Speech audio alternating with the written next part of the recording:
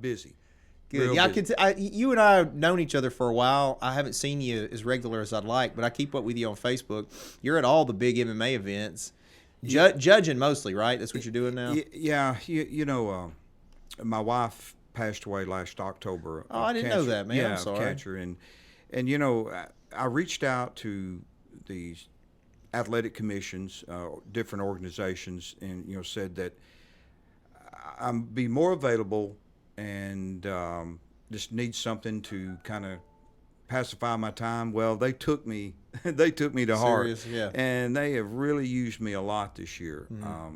I've got a UFC coming up September the 17th and one October the 1st in Vegas, and Vegas has become my home away from home. So, but yeah, it's exciting, and it keeps me involved in something much like yourself.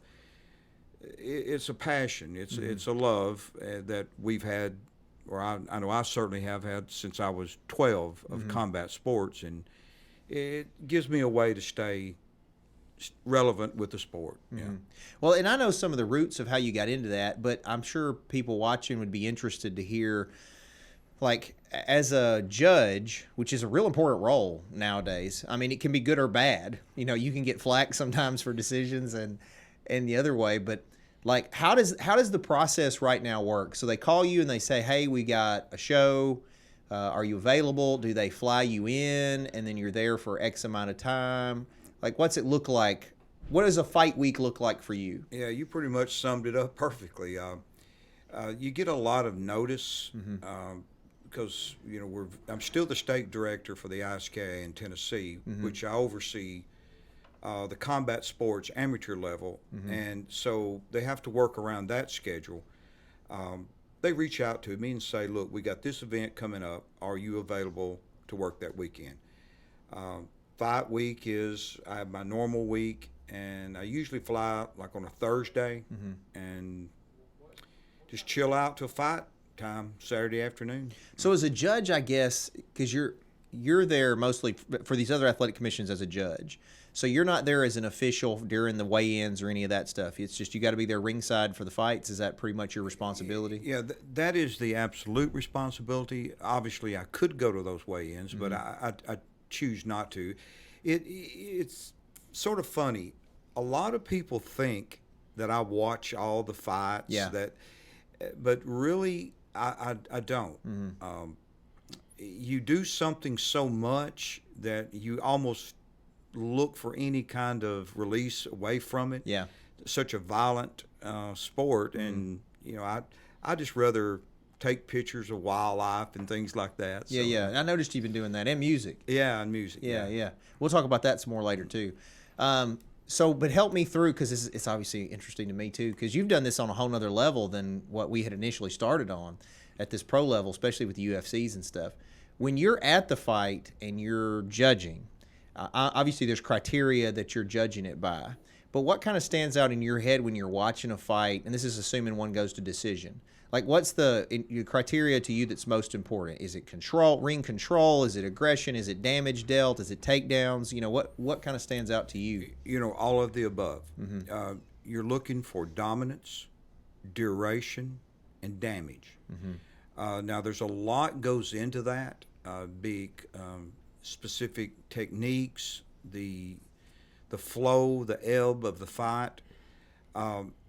One of the hardest things to do, and this is going to sound strange, is having the discipline to stay focused to where you do not let your mind wander at all, because you have to pick up every single detail. Yeah.